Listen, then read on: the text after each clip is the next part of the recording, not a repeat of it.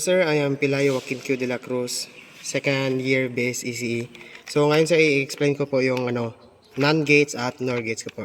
So first, i-explain ko yung NAND gates. So sa NAND gates sir, mag-on lang siya sir kapag 01 sa 00 at saka sa 10 sir. Mag-off siya sir kung sir, kung 11. Kasi kapag siya sir, kapag 01 siya, kung naka-off dito sir tapos on dito, dadaloy lang diretso yung current dito sir, kasi naka-series kasi siya sir. So magdadaloy siya. So 01 mag-on siya.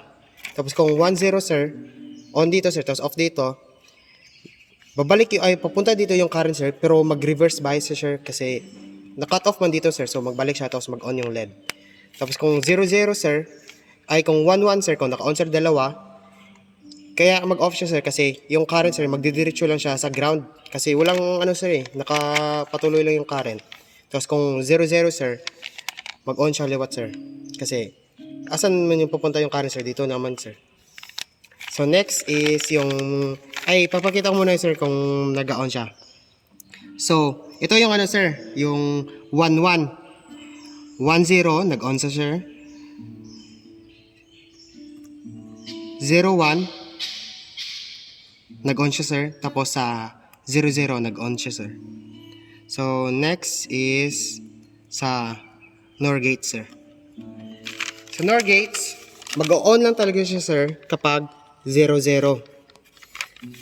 The reason is sir na mag-on siya sa 00 is kapag na-block off na itong dalawang transistor sir, didiretso na lang yung current sir sa LED kapag na-off itong dalawang transistor.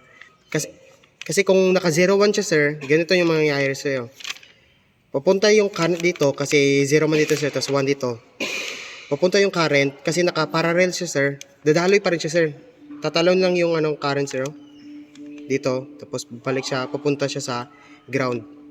Tapos kung naka 10 naman siya sir, same rin na yung mangyayari sir.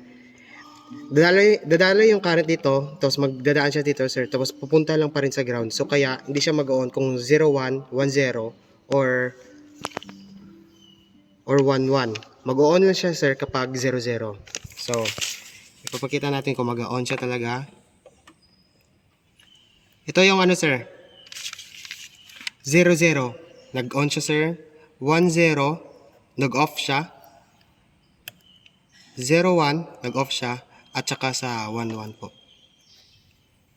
Maraming salamat po.